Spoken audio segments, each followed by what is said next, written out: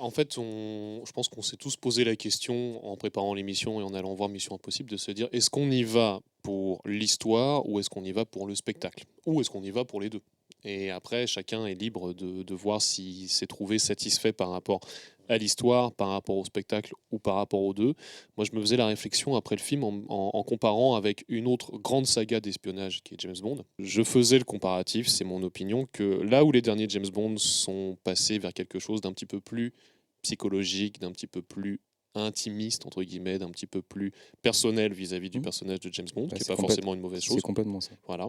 Là, Mission Impossible, c'est vrai que ça table beaucoup, je dirais, sur certains éléments qui sont le glamour, qui sont les scènes d'action. J'aime bien le côté artisanal, comme tu disais.